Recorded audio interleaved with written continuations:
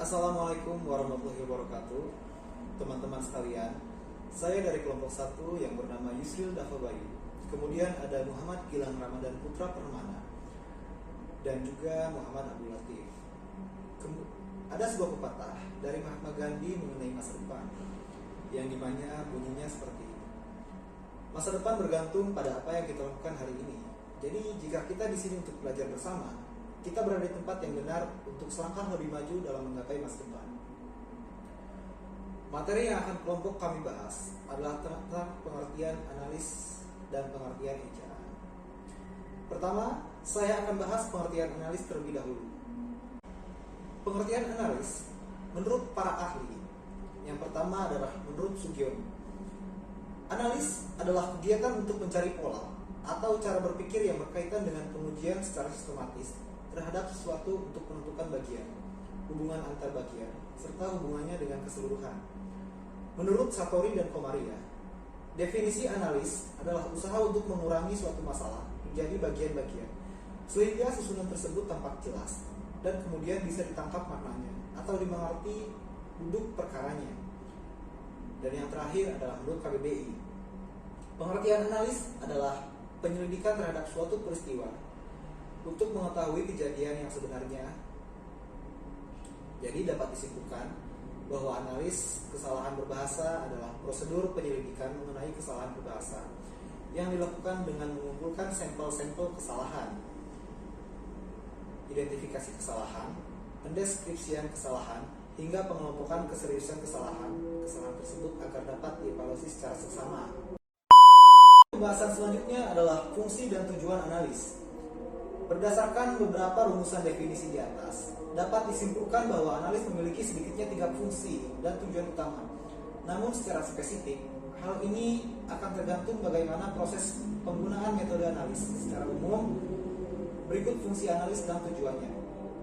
Yang pertama, analis berfungsi untuk menguraikan sesuatu menjadi komponen-komponen kecil yang diketahui hubungan-hubungannya. Kemudian uraian-uraian komponen tersebut dapat lebih mudah dipahami baik setiap bidangnya maupun secara keseluruhan. Yang kedua, analis bertujuan untuk memperoleh pemahaman lebih mendetail mengenai suatu hal. Pemahaman tersebut nantinya dapat dijelaskan kepada publik, sehingga publik mendapatkan informasi bermanfaat dari analis tersebut. Dan yang ketiga, analis juga memiliki fungsi dan tujuan untuk menentukan keputusan. Yang dimaksud dalam hal ini adalah pengambilan keputusan berdasarkan dugaan, teori atau prediksi dari sesuatu yang sebelumnya telah dipahami dengan metode analis. Pemahaman mendalam tentang suatu hal tidak mungkin bisa diperoleh dengan cara mudah. Oleh karena itu, analis akan membutuhkan langkah-langkah sistematis dalam pelaksanaannya. Penjabaran pada poin-poin di atas telah menjelaskan langkah yang dimaksud secara singkat. Langkah pertama adalah mengumpulkan data-data penting sesuai topik yang dianalisis, lalu memeriksa data, mengidentifikasi, dan mencatat seluruh klarifikasi tertentu. Hasilnya kemudian diuji ulang untuk mencari tahu kualitas, identifikasi, dan pencatatan data. Selanjutnya, data yang telah teruji disampaikan dalam bentuk yang mudah dipahami, biasanya berupa tabel atau diagram. Setelah itu, baru bisa diperoleh kesimpulan, teori atau prediksi yang masih harus diuji kembali agar diketahui tingkat kebenarannya. Jenis-jenis analisis. Jenis-jenis analisis ini terbagi 4 bagian, yaitu 1 ada analisis deskriptif. Analisis deskriptif ini menggambarkan data yang diperoleh dengan apa adanya, menggunakan satuan variabel umum dalam statistik seperti mean, rata-rata, median atau nilai tengah, modus, nilai paling sering muncul, dan standar deviasi ukuran keragaman data. Nah, yang kedua ada analisis komparatif. Analisis komparatif ini teknik analisis perbandingan baik antara satu tema dengan tema lainnya maupun beberapa tema pada kelompok-kelompok subjek yang berbeda. Analisis ini dapat menentukan persamaan dan perbedaan antara beberapa hal yang diperbandingkan. Yang ketiga ada analisis korelasi. Analisis korelasi ini kebalikan dari analisis komparatif. Analisis korelasi mencari keterkaitan antara beberapa tema yang berbeda. Tema-tema berbeda tersebut tidak pernah diuji untuk dibuktikan sebelumnya. Dan terakhir ada analisis kausalitas. Kausalitas juga bersifat menentukan keterkaitan. Namun jenis analisis satu ini lebih mengkhususkan pencarian informasi tentang bagaimana hubungan antara setiap tema dapat saling mempengaruhi satu sama lainnya. Penggunaan kata analisis dalam istilah. Ada istilah dalam bisnis, dalam bahasa, dalam ilmu kimia, dalam ilmu kesehatan, dalam sistem informasi, dalam keuangan, dan dalam jurnal. Pengertian ejaan. Ejaan adalah keseluruhan peraturan bagaimana melambangkan bunyi, uraian, dan bagaimana antar hubungan antara lambang-lambang itu, pemisah dan penggabungan dalam suatu bahasa. Secara teknis, yakni dimaksud dengan ejaan adalah penulisan huruf, penulisan kata, dan pemakaian tanda baca. Ejaan menurut para ahli ada krida laksana. Ejaan adalah suatu aturan atau sistem perlambangan bunyi bahasa dengan menggunakan huruf. Aturan penulisan kata-kata dengan cara menggunakan tanda baca. Menurut Karyati, ejaan merupakan kaidah yang harus dipatuhi oleh menulis dengan keteraturan dan keseragaman bentuk, terutama dalam bahasa tulis. Keteraturan bentuk akan berimplikasi pada ketepatan dan kejelasan makna dan isi surat. Yang terakhir ada menurut Rahayu, ejaan adalah keseluruhan peraturan-peraturan dalam melambangkan bunyi-bunyi ujaran, menempatkan tanda-tanda baca, memotong suku kata, dan menghubungkan kata-kata. Fungsi ejaan. Fungsi ejaan ini terbagi 4 bagian. 1. Sebagai landasan pembakuan tata bahasa agar bahasa yang digunakan semakin baku. 2. Ada sebagian landasan pembakuan kosakata dan istilah agar menjadi lebih baku. Yang ketiga, ada sebagai penyaring masuknya unsur bahasa lain ke bahasa Indonesia agar tidak menghilangkan makna tulisan aslinya. Dan yang terakhir, ada membantu pemahaman pembaca dalam mencerna informasi. Menggunakan ejaan akan membuat penulis bahasa lebih teratur. Hal ini membuat pembaca semakin mudah dalam memahami informasi yang disampaikan secara tertulis. Sejarah ejaan di Indonesia. Ada ejaan Van Ophuijsen yang berlaku dari tahun 1901 sampai 1947. Ejaan tersebut diresmikan pemakaiannya pada tahun 1901. Ejaan Van Ophuijsen dipakai selama 46 tahun, lebih lama dari ejaan Republik, dan baru diganti setelah 2 tahun Indonesia merdeka. Berikut adalah contoh penggunaan ejaan Van Ophuijsen. Ada ejaan Suwandi atau ejaan Republik yang berlaku mulai dari tahun 1947 sampai 1956. Pemerintah Indonesia menetapkan ejaan baru bahasa Indonesia pada tanggal 19 Maret 1947. Perubahan-perubahan penting ejaan Suwandi diantaranya huruf OE diganti U. Contoh, masoek menjadi masuk. Kata ulang boleh ditulis dengan angka 2.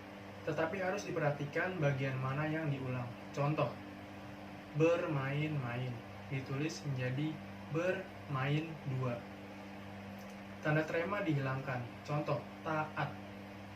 Nah, di sini pada huruf A terdapat titik 2 di atasnya, yang artinya itu adalah tanda trema. Dan sekarang di ejaan Suwandi itu berubah menjadi taat. Titik 2-nya dihilangkan atau tremanya dihilangkan. Lalu kata-kata baru yang dalam bahasa asalnya tidak memakai bunyi pepet, maka bunyi antara dalam bahasa Indonesia tidak perlu diberi epepet. Contoh, sastra bukan sastera. Ada ejaan Melindo atau Melayu Indonesia yang berlaku mulai dari 1961 sampai 1967. Persahabatan Persekutuan Tanah Melayu dengan Indonesia mencoba menyusun sebuah ejaan yang dituangkan dalam sidang di Jakarta 1959. Sebagai catatan, bahasa ejaan Melindo sebagian besar sama dengan ejaan pembaharuan. Hanya saja, fonem E ditetapkan dengan diberi garis di atasnya jika dibuat etalin. Ada ejaan LBK atau lembaga. Ejaan ini disusun oleh Panitia Ejaan Bahasa Indonesia Departemen P dan K pada bulan September 1967. Panitia ini dibentuk oleh Kepala Lembaga Bahasa dan Kesusastraan, dengan hasilnya antara lain huruf TJ diganti C, J diganti Y, NJ diganti NY, SJ menjadi SY, dan CH menjadi KH. Lalu huruf asing Z, Y, dan F disahkan menjadi ejaan bahasa Indonesia karena pemakaian huruf di atas sangat produktif. Lalu huruf E tidak dibedakan pepet atau bukan. Alasannya tidak banyak kata yang berpasangan variasi E yang menimbulkan salah pengertian. Ada ejaan bahasa Indonesia yang disempurnakan atau yang biasa disingkat sebagai EYD yang berlaku mulai dari 1972 sampai 2015. Pada tanggal 16 Agustus 1972, pemerintah Indonesia menetapkan dipakai ejaan bahasa Indonesia yang disempurnakan. Beberapa perubahan penting pada ejaan yang disempurnakan. Abjad dibaca A, B, C, D, dan seterusnya. Sebelumnya dibaca A, Ba, Ca, Da, dan seterusnya. Lalu, kata majemuk ditulis terpisah seperti kereta api dan kamar tidur, kecuali hubungan unsur-unsurnya erat seperti matahari, peribahasa, dan sebagainya. Sebelum ini kata majemuk selalu ditulis serangkai. Lalu, akronim yang memiliki lebih dari 2 huruf awal tidak memakai tanda titik. Contoh, SMA dan FKIP. Sebelumnya ditulis S.M.A dan F.K.I.P. Lalu, bunyi antara W dihilangkan diganti menjadi WA. Contoh, kualitas menjadi kualitas. Ada pedoman umum ejaan bahasa Indonesia yang berlaku mulai dari tahun 2015 hingga sekarang. Badan Pengembangan dan Pembinaan Bahasa Indonesia belum lama ini merilis pedoman umum ejaan bahasa Indonesia sebagai pengganti ejaan yang disempurnakan. Perubahan ini telah ditetapkan di dalam Peraturan Menteri Pendidikan dan Kebudayaan RI nomor 50 tahun 2015 tentang pedoman umum ejaan bahasa Indonesia. Pada 30 November 2015, Permendiknas nomor 46 tahun 2009 tentang pedoman umum ejaan bahasa Indonesia yang disempurnakan dicabut dan dinyatakan tidak berlaku.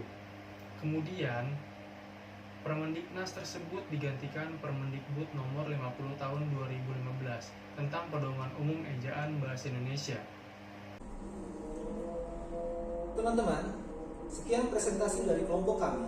Jika ada sesuatu yang belum dipahami, teman-teman dapat bertanya pada sesi yang telah ditentukan. Kurang lebihnya mohon dimaafkan. Ditutup billahi taufik wal hidayah. Wassalamualaikum warahmatullahi wabarakatuh.